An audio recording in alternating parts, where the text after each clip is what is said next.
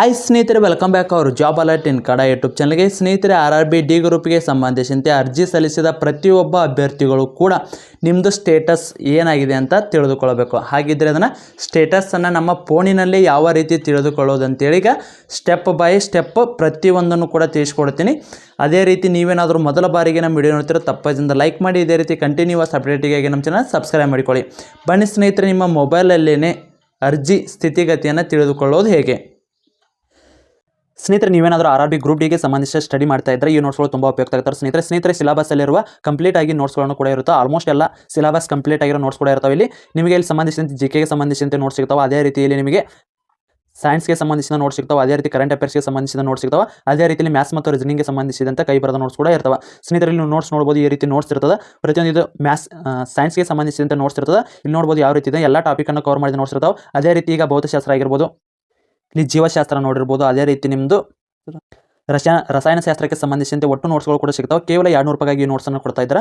ಈ ನೋಟ್ಸಿನ ಬೆಲೆ ಮೊದಲಿಗೆ 999 ನೀಡ್ತಾ ಇದ್ರು. ಸ್ನೇಹಿತರೆ, ಎಲ್ಲ ಸ್ಪರ್ಧಾ ಅಭ್ಯರ್ಥಿಗಳಿಗೆ ಯೂಸ್ ಆಗಲಿ ಅಂತೇಳಿ ಈಗ 300 ರೂಪಾಯಿಗಾಗಿ ನೀಡ್ತಾರೆ. ಅದೇ ರೀತಿ ಈಗ ನಮ್ಮ ಚಾನಲಲ್ಲಿ ವಿಡಿಯೋ ನೋಡಿದ ಸ್ಕ್ರೀನ್ಶಾಟ್ ಏನಾದರೂ ಕಳಿಸಿದರೆ ಕೇವಲ 200 ರೂಪಾಯಿಗಾಗಿ ಈ ನೋಟ್ಸ್ಗಳನ್ನು ನಿಮಗೆ ಕೊಡ್ತಾ ಇದ್ದಾರೆ. ಯಾರಿಗಾದರೂ RRB ಗ್ರೂಪ್ ಡಿಗೆ ಸಂಬಂಧಿಸಿದಂತೆ ನೋಟ್ಸ್ ಬೇಕಾದರೆ ಅದ್ರ ಜೊತೆಗೆ ಓಲ್ಡ್ ಕ್ವಶನ್ ಪೇಪರ್ ಕೂಡ ಕನ್ನಡದಲ್ಲಿರೋ ನೋಟ್ಸ್ ಕೂಡ ಇರುತ್ತೆ ಇವ್ರ ಹತ್ರ. ಯಾರಿಗಾದರೂ ಓಲ್ಡ್ ಕ್ವಶನ್ ಪೇಪರ್ ಮತ್ತು ಸಿಲೆಬಸ್ಸಲ್ಲಿರೋ ನೋಟ್ಸ್ ಏನಾದರೂ ಬೇಕಾಗಿತ್ತು ಕೆಳಗಡೆ ಕಾಣುವ ನಂಬರನ್ನು ಸಂಪರ್ಕಿಸಬಹುದು. 9538151535ಗೆ ನೀವು ವಾಟ್ಸಪ್ ಮುಖಾಂತರ ಇವರನ್ನು ಸಂಪರ್ಕಿಸಿ ಎಲ್ಲ PDF ನೋಟ್ಸ್ಗಳನ್ನು ನಿಮಗೆ ಕಳಿಸ್ತಾರೆ. ಸ್ನೇಹಿತರೆ, ಅರ್ಜಿ ಸ್ಥಿತಿಗತಿಯನ್ನು ತಿಳಿದುಕೊಳ್ಳಲು ಲಿಂಕನ್ನು ನಮ್ಮ ಟೆಲಿಗ್ರಾಮ್ ಗ್ರೂಪಲ್ಲಿ ಹಾಕಲಾಗಿರ್ತದೆ. ಟೆಲಿಗ್ರಾಮ್ ಗ್ರೂಪಿನ ಲಿಂಕ್ ಒಂದು ಡಿಸ್ಕ್ರಿಪ್ಷನ್ ಬಾಕ್ಸಲ್ಲಿ ಇರ್ತದೆ. ಇನ್ನೂ ಯಾರೆಲ್ಲ ಜಾಯ್ನ್ ಆಗಿಲ್ಲ ಆದಷ್ಟು ಜಾಯ್ನ್ ಆಗಿ ಹೋಗಿ ನೀವು ಕೂಡ ನಿಮ್ಮದು ಅರ್ಜಿ ಸ್ಥಿತಿಗತಿ ಏನಾಗಿದೆ ಅಂತ ತಿಳಿದುಕೊಳ್ಳಿ. ಇಲ್ಲಿದೆ ನೋಡಿ ಸ್ನೇಹಿತರೆ, ನೀವು ಕೂಡ ಈ ಲಿಂಕ್ ಮೇಲೆ ಕ್ಲಿಕ್ ಮಾಡಿ ಡೈರೆಕ್ಟಾಗಿ ಇದು ಅರ್ಜಿ ಸ್ಥಿತಿಗತಿಯನ್ನು ತಿಳಿದುಕೊಳ್ಳಲು ಹೋಗ್ತದೆ. ಇಲ್ಲಿ ನೋಡಿರಿ, ಕ್ಲಿಕ್ ಮಾಡ್ತೀವಿ. ಸ್ನೇಹಿತರೆ, ಈ ರೀತಿ ಬರ್ತದ. ಈ ರೀತಿ ಬಂದ ಮೇಲೆ ನೀವು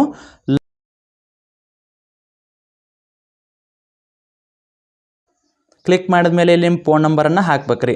ಯಾವುದೋ ಅರ್ಜಿ ಸಲ್ಲಿಸುವಾಗ ಯಾವ ನಂಬರ್ ಹಾಕಿರ್ತೀವಿ ಅದೇ ರೀತಿ ನಿಮ್ಗೆ ಆಧಾರ್ ಕಾರ್ಡಲ್ಲಿ ಯಾವ ನಂಬರ್ ಇರುತ್ತಲ್ಲ ಆ ನಂಬರನ್ನು ಹಾಕ್ಬೇಕು. ನೀವು ಇಲ್ಲಿ ಈ ರೀತಿ ನಂಬರನ್ನು ಹಾಕಿದ ಮೇಲೆ ಜನರೇಟ್ ಆಧಾರ್ OTP ಅಂತ ಕ್ಲಿಕ್ ಮಾಡಬೇಕು. ಇದನ್ನು ಕ್ಲಿಕ್ ಮಾಡಿದರೆ ನಿಮಗೊಂದು OTP ಬರುತ್ತೆ.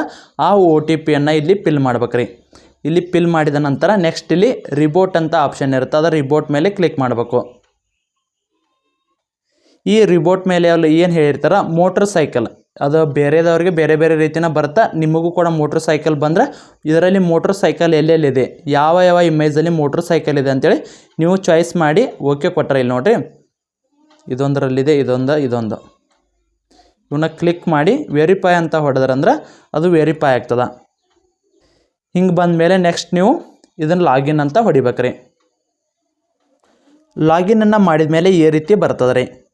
ಈ ರೀತಿ ಬಂದ ಮೇಲೆ ಇಲ್ಲಿ ನಿಮ್ದು ಏನಾದರೂ ಲ್ಯಾಪ್ಟಾಪ್ ಅಥವಾ ಕಂಪ್ಯೂಟರಲ್ಲಿ ತೆಗೆದ್ರೆ ಇಲ್ಲೇ ಮೇಲೆ ನಿಮಗೆ ಅಪ್ಲಿಕೇಶನ್ ಹಿಸ್ಟ್ರಿ ಅಂತ ಬರ್ತದೆ. ಬಟ್ ನೀವೇನಾದರೂ ಅಲ್ಲಿ ತೆಗೆದಿಲ್ಲಪ್ಪ ಅಂದ್ರೆ ಸ್ಕ್ರೋಲ್ ಮಾಡಿ ಕೆಳಗಾದರೂ ಕೂಡ ಇಲ್ಲಿ ಹಾಕ್ಬೋದು. ಇಲ್ಲಾಂದರೆ ಇಲ್ಲಿ ನೋಡಿರಿ, ಇಲ್ಲಿ ಕ್ಲಿಕ್ ಮಾಡಿದ್ರಂದ್ರೆ ಇಲ್ಲಿದೆ ನೋಡಿರಿ ಅಪ್ಲಿಕೇಶನ್ ಹಿಸ್ಟ್ರಿ. ಇದನ್ನು ಕ್ಲಿಕ್ ಮಾಡಿರಿ. ಇದು ಕ್ಲಿಕ್ ಮಾಡಿದ ಮೇಲೆ ಈ ರೀತಿ ಬರ್ತದೆ. ಅಪ್ಲಿಕೇಶನ್ ಹಿಸ್ಟ್ರಿ ಮೇಲೆ ತೆಗೆದ ಮೇಲೆ ಈ ರೀತಿ ಬರುತ್ತೆ. ನಿಮ್ಮದು ರಿಜಿಸ್ಟ್ರೇಷನ್ ನಂಬರ್ ಕೂಡ ಇಲ್ಲಿ ಬರ್ತದೆ. ಇದಾದ ಮೇಲೆ ನೆಕ್ಸ್ಟ್ ಇಲ್ಲಿ ಇದು ನಿಮ್ಮದು ಅಪ್ಲಿಕೇಶನ್ ಸ್ಟೇಟಸ್ ಏನಿರುತ್ತಲ್ಲ ಇದು ಇಂಪಾರ್ಟೆಂಟ್. ಅದು ಯಾವ ರೀತಿ ಬಂದಿರಬೇಕಪ್ಪ ಅಂದ್ರೆ ಇಲ್ಲಿದೆ ನೋಡಿರಿ, ಎಕ್ಸ್ಪೆಕ್ಟೆಡ್ ಅಂತ ಬಂದಿರಬೇಕ್ರಿ. ಎಕ್ಸ್ಪೆಕ್ಟೆಡ್ ಅಂತ ಬಂದಿತ್ತಂದ್ರೆ ನೀವು ಕೂಡ ಎಕ್ಸಾಮನ್ನು ಬರೆಯಲು ಅರ್ಹತೆಯನ್ನು ಪಡೆದಿರಿ ಅಂತ ಅರ್ಥ ರೀ. ಏನಾದರೂ ರಿಜೆಕ್ಟ್ ಅಂತ ಬಂದಿತ್ತಂದ್ರೆ ನೀವು ಈ ಎಕ್ಸಾಮನ್ನು ಬರೆಯಲು ಸಾಧ್ಯವಿಲ್ಲ ಅಂತ ಅರ್ಥ ರೀ. ತಿಳಿತಲ್ಲ, ಇದೇ ನಿಮಗೆ ಇಂಪಾರ್ಟೆಂಟು. ಇದನ್ನು ಎಲ್ಲ ಚೆಕ್ ಮಾಡಿಕೊಂಡ್ರೆ ಗೊತ್ತಾಗ್ತದೆ.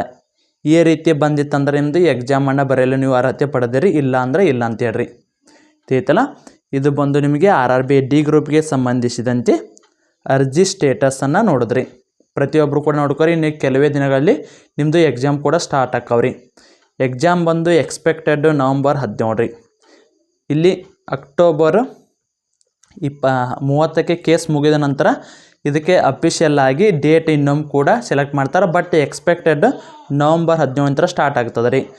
ಇಲ್ಲ ಅಂದ್ರೆ ಒಂದು ವೀಕ ಹೆಚ್ಚು ಕಡಿಮೆ ಕೂಡ ಆಗಬಹುದು. ಅದಕ್ಕಾಗಿ ಸರಿಯಾಗಿ ಯಾರು ಸ್ಟಡಿ ಮಾಡೋಕತ್ತಿಲ್ಲ ನೋಡಿರಿ, ಆದಷ್ಟು ಸರಿಯಾಗಿ ಸ್ಟಡಿ ಮಾಡಿರಿ. ಅಪ್ಲಿಕೇಶನ್ ಸ್ಟೇಟಸ್ ಬಿಟ್ಟ ಮೇಲೆ ಎಕ್ಸಾಮು ಭಾಳ ದೂರ ಇರಲ್ಲ ರೀ, ಸಮೀಪ ಬಂದಿರ್ತಾವೆ ಅಂತೇಳಿ ಬಿಟ್ಟಿರ್ತಾರೆ. ಈಗ ಇನ್ನೇನು ಕೆಲವೇ ದಿನಗಳಲ್ಲಿ ಮತ್ತೆ SSC MTS ಕೂಡ ಬಿಡ್ತಾರೆ. SSC MTS ಬಿಟ್ಟ ನಂತರ ಅವ್ರದ್ದು ಕೂಡ ಎಕ್ಸಾಮ್ ಡೇಟನ್ನು ಕೂಡ ಅನೌನ್ಸ್ ಮಾಡ್ತಾರೆ. ತಿಳಿತಲ್ಲ ಸ್ನೇಹಿತರೆ, ಇದಾಗಿತ್ತು ಇವತ್ತಿನ. ಇದಕ್ಕೆ ಸಂಬಂಧಿಸಿದಂತೆ ಏನೇ ಡೌಟ್ ಇದ್ದರೂ ಕೂಡ ಕಮೆಂಟ್ ಮೂಲಕ ತಿಳಿಸಿ. ಸ್ನೇಹಿತರೆ, ಅದ್ರ ಜೊತೆಗೆ ಏನಾದರೂ ರಿಜೆಕ್ಟ್ ಆಗಿತ್ತಪ್ಪ ಅಂದ್ರೆ ಅವರು ನಿಮ್ದು ಕಾರಣ ಕೂಡ ಕೊಟ್ಟಿರ್ತಾರೆ. ಯಾವ ಕಾರಣಕ್ಕಾಗಿ ರಿಜೆಕ್ಟ್ ಆಗೈತೆ ಅಂತೇಳಿ ಅದನ್ನು ಕೂಡ ಕಾರಣನ ಮೆನ್ಷನ್ ಮಾಡಿ ನಿಮಗೆ ಈ ಕಾರಣಕ್ಕಾಗಿ ರಿಜೆಕ್ಟನ್ನು ಮಾಡಿವಿ ಅಂತೇಳಿ ಅದನ್ನು ಕೂಡ ತಿಳಿಸಿರ್ತಾರೆ. ತಿಳಿತಲ್ಲ ಸ್ನೇಹಿತರೆ, ಮತ್ತೆ ಮುಂದಿನ ವಿಡಿಯೋದಲ್ಲಿ ಸಿಗೋಣ. ಶುಭ ದಿನ.